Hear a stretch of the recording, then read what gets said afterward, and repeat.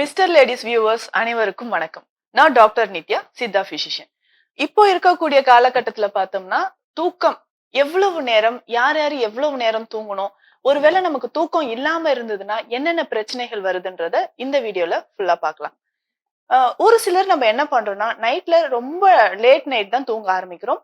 Night shift போறேன், work பண்றேன் அப்படின்றவங்க, நான் நைட்ல ஃபுல்லா கண் முழிச்சிருக்கேன். ஆனா டே டைம்ல தூங்கிடுறேன். அத நான் பேலன்ஸ் பண்ணிக்கிறேன் அப்படின்னு சொல்லுவாங்க. ஆனா அது ரொம்ப ரொம்ப தவறான ஒரு விஷயம். அண்டத்தில் உள்ளதுதான் பிண்டம் அப்படின்றது நமக்கு எல்லாருக்குமே தெரியும். சித்த மருத்துவத்தோட அடிப்படை கோட்பாடும் அதுதான்.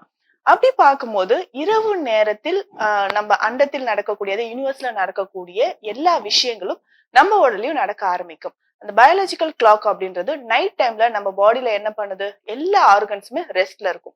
ஸோ கிளென்ஸ் பண்றது, டே டைம்ல நம்ம என்ன உணவு எடுக்கிறோம், இல்ல என்ன மாதிரியான நமக்கு மெட்டபாலிசம் நடந்திருக்கு, அதோட கழிவுகள் எல்லாமே வெளியேற்றணும். இந்த மாதிரியான கிளென்சிங் ப்ராசஸ் தான் நைட் டைம்ல நடக்கும்.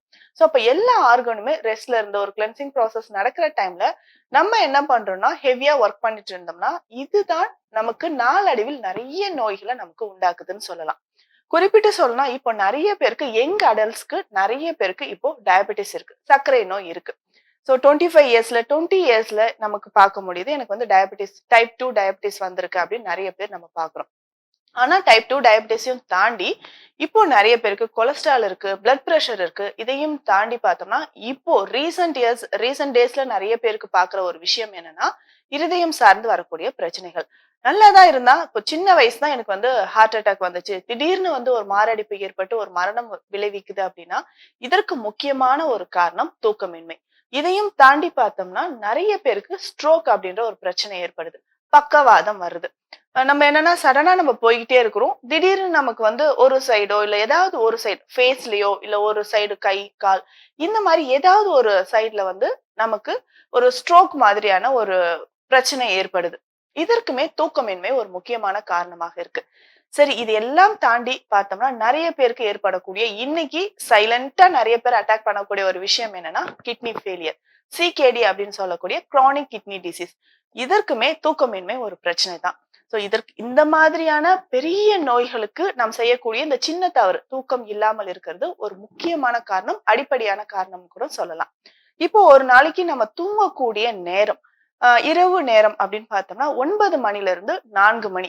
அதுலயும் சரி, இந்த நேரம் எனக்கு செட் ஆகாது. இதை விட இன்னும் நான் குறைவான தூக்கம் தூங்கணும், எனக்கு நிறைய ஒர்க் இருக்குன்னு சொல்றவங்க நிச்சயமாக அனைவருமே 11 மணில இருந்து 4 மணி வரைக்கும் நிச்சயமாக தூக்கத்தில் இருக்க வேண்டிய ஒரு கட்டாயம். ஏன்னா அந்த டைம்ல தான் நம்ம பாடியில எல்லா மெட்டபாலிசம் ரிப்பேரிங் ப்ராசஸ் அப்படின்னு சொல்லுவோம். நம்ம உடல் உள்ளுறுப்புகள்ல ஏதாவது ஒரு இன்ஃப்ளமேஷன் இருக்கு, பாதிப்புகள் இருக்குன்னா அதை சரி பண்ணக்கூடிய ஒரு நிலைமை அப்பதான் நமக்கு ஏற்படுது.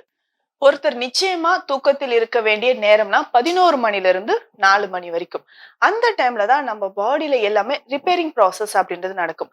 லிவரா இருக்கட்டும், கிட்னி, நம்ம பிரெயின், இது எல்லாமே என்ன பண்ணுதுன்னா, நம்ம வேஸ்ட் ப்ராடக்ட்ஸ் எல்லாத்தையுமே பாடியில இருந்து அந்த கிளென்சிங் ப்ராசஸ் அப்படின்றது நைட்ல நடக்கும். இந்த டைம்ல நம்ம என்ன பண்றோம்னா முழிச்சிட்டு இருக்கிறோம். முழிச்சிட்டு இருக்கிறது மட்டும் இல்ல, நம்ம நிறைய பேர் பண்ணக்கூடிய மிகப்பெரிய ஒரு தவறு என்னன்னா, நைட்ல அதுவும் 10, 11 கிட்ட தான் நம்ம என்ன பண்றோம்னா ஹெவியா நம்ம மீல்ஸ் சாப்பிடுவோம். நம்ம நைட் எல்லாம் ஒர்க் பண்ண போறோம், நல்லா சாப்பிடுவோம். அதுலயும் ஹெவியா பிரியாணி, நான்வெஜ் இந்த மாதிரி ஐட்டம்ஸ், ஈஸியா டைஜஸ்ட் ஆகாத நல்ல ஸ்பைசியா ஆயிலி ஃபுட்டா நம்ம எடுத்துக்கும் போது, ஸோ ஓவரா டம்ப் பண்ணிட்டு என்ன பண்றோம்னா நைட் ஃபுல்லா முழிச்சிட்டு காலையில ஏர்லி மார்னிங் 4, 5 டைம்ல தூங்க ஆரம்பிப்போம். ஸோ தூங்க ஆரம்பிச்சு டே டைம் ஃபுல்லா நம்ம தூங்கிக்கிட்டே இருக்கிறோம். ஸோ அப்ப பாடியில எல்லாமே கொலாப்ஸ் ஆகிற மாதிரி தான் ஆகுது. இதனாலதான் நிறைய பேருக்கு ஹார்ட் அட்டாக் இளம் வயதில் ஏற்பட காரணமாக இருக்கு. ஒரு நாளைக்கு நிச்சயமாக 6ல இருந்து 7 மணி நேரம் தூக்கம்ன்றது ஒவ்வொருத்தருக்குமே அவசியமான ஒன்று. தொடர்ந்து நம்ம 3 மணி நேரம் தான் ஒரு நாளைக்கு நான் தூங்குறேன்னா, நிச்சயமாக 2 வருடத்திற்குள் நமக்கு என்ன வரும்னா டயபெட்டிஸ் மாதிரியான இஷ்யூஸ் வரும். டயபெட்டிஸ் தொடர்ந்து இருக்குன்னா 6 மாதத்துக்கு அப்புறம் நம்ம இதே தவிர திரும்ப பண்றோம்னா பிளட் பிரஷர் வருது, கொலஸ்ட்ரால் இன்க்ரீஸ் ஆக ஆரம்பிக்கும். இதே மாதிரி நம்ம டிராவல் பண்ணிட்டே இருக்கோம்னா 5ல இருந்து 6 வருடத்துக்குள்ள கிட்னி ஃபெயிலியர் நிச்சயமாக வருது. இன்னைக்கு இருக்கக்கூடிய சுச்சுவேஷன்ல கிட்னி டிசீஸ் வர்றதுக்கு முக்கியமான ஒரு காரணம் என்னன்னா ஹை பிளட் பிரஷர். அதே மாதிரி நம்ம இரவு நேரத்தில் ஒரு 4 மணி நேரம் இந்த மாதிரி தூங்கிட்டே இருக்கிறோம். 3ல இருந்து 4 மணி நேரம் தூக்கம் அப்படின்றதுனா பிரெயின்ல பார்த்தோம்னா பிரெயின் செல்ஸ் ரொம்ப நமக்கு அஃபெக்ட் ஆக ஆரம்பிக்குது. இந்த டைம்ல தான் சென்ட்ரல் நர்வஸ் சிஸ்டம் நமக்கு வந்து ரொம்ப அஃபெக்ட் ஆகி அதனால ஸ்ட்ரோக் மாதிரியான இஷ்யூ, நிறைய பேருக்கு பார்த்தோம்னா கைகள்ல ஒரு நடுக்கம் இருந்துகிட்டே இருக்கும். ஃபியர், ஆன்சைட்டி, அது டிப்ரெஷன், நெகட்டிவ் தாட்ஸ் நிறைய வருது. இதுக்கு ரீசன் என்னன்னா நம்ம நைட்ல சரியா தூங்காம இருக்கிறது தான். இதையும் தாண்டி பார்த்தோம்னா நிறைய பேருக்கு இன்னைக்கு வரக்கூடிய நான் கம்யூனிகபிள் டிசீசஸ் சொல்றோம் இல்லைங்களா, இது எல்லாமே வர்றதுக்கு தூக்கமின்மை ஒரு முக்கியமான காரணமாக இருக்கு. எல்லாருமே நம்ம கவனத்தில் வைக்க வேண்டிய ஒரு விஷயம், அடிப்படையான விஷயம் தூக்கம். சரிங்க, இப்ப எனக்கு இதையும் தாண்டி சில கேட்டகரியில ஒரு சிலர் இருப்பாங்க. நான் கரெக்டா 10 மணிக்கெல்லாம் படுத்துறேன், ஆனா தூங்கின உடனே ஒரு 2 ஹவர்ஸ்க்கு அப்புறம் எனக்கு முழிப்பு வந்துருதுன்னு சொல்லுவாங்க ஒரு சிலர். கரெக்டா நான் 12 மணிக்கு டான் எந்திரிச்சிடுறேன். ஒரு ஒரு ஒரு நண்பர் சொன்னாரு, நான் கரெக்டா 2 மணிக்கு எந்திரிப்பேம்மா, 2ல இருந்து 4 மணி வரைக்கும் எனக்கு தூக்கம் வராது. டெய்லி நான் புக்ஸ் படிக்கிறேன். இது கண்டினியூஸா நான் 5 இயர்ஸா பண்ணிட்டு இருக்கேன். திரும்ப 5 மணிக்கு படுத்துட்டு 7 மணி வரைக்கும் நான் தூங்குறேன். இது என்னன்னா, ஒரு நாள் தொடங்குன இந்த ஹேபிட் கண்டினியூஸா என்ன ஆகுது, நம்ம பிரெயின் வந்து அலர்ட் ஆக ஆரம்பிச்சிருது. ஆட்டோமேட்டிக்கா நம்ம பாடி 2 மணி ஆன உடனே எழுப்பி விட்டுருது. சோ அவர் எந்திரிக்கிறாரோ இல்லையோ எனக்கு முழிப்பு தானா வந்துருது. சோ கண்டினியூஸா இந்த மாதிரி ஒரு ஹேபிட் நம்ம பண்ணும்போது நம்ம பிரெயின் அந்த டைம்க்கு அலர்ட் ஆகி என்ன ஆகும்னா முழிக்க ஆரம்பிச்சிருது. சோ படிச்சே ஆகணும் அப்படின்ற மாதிரி ஒரு அடிக்ஷன்.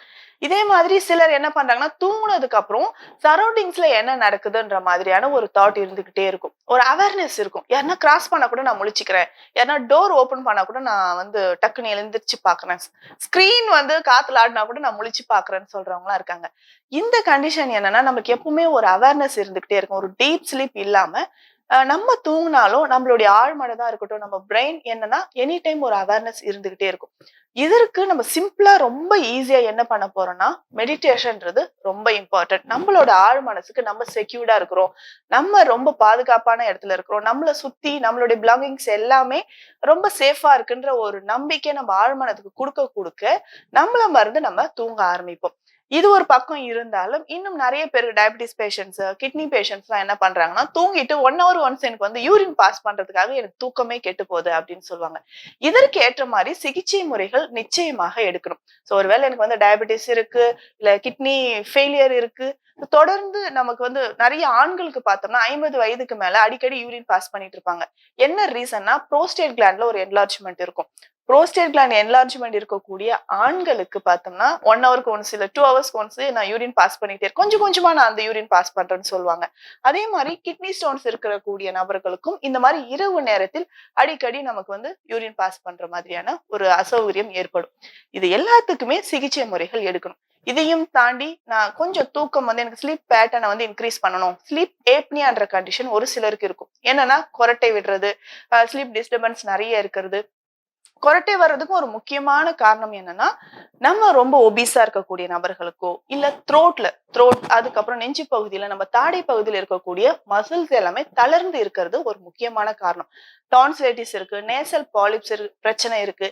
இவர்களுக்குமே கொரட்டை பிரச்சனை இருக்கும். இதற்கு எல்லாத்துக்குமே நம்ம வந்து சித்த மருந்துகளை எடுத்துக்கலாம். என்னன்னா தோற்பு சக்தி அதிகமா இருக்கக்கூடிய மருந்துகளை எடுக்கணும். பேசிக்கா நம்ம தோற்பு சக்தி இருக்கக்கூடிய பொருட்களை எடுக்கும் பொழுது நம்ம மசில்ஸ் எல்லாமே ஸ்ட்ரென்தன் ஆக ஆரம்பிக்கும். அதற்கு ஏற்ற மாதிரி இப்ப டான்சிலைட்டிஸ் இருக்குன்னா நிறைய பேர் வந்து டான்சில்ஸை ரிமூவ் பண்றோம். அப்படி பண்ணாம ஜென்ரலா நம்ம உணவு முறைகள் மூலம், சித்த மருந்துகள் மூலம் நம்ம எடுக்கும்போது டான்சிலைட்டிஸ் பிரச்சனை குணமாகும்.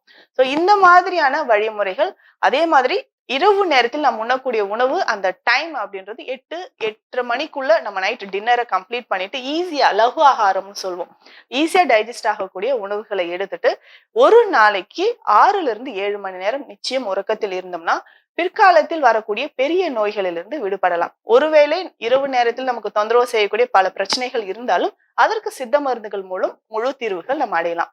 மீண்டும் அடுத்த பதிவில் சந்திக்கலாம். நன்றி.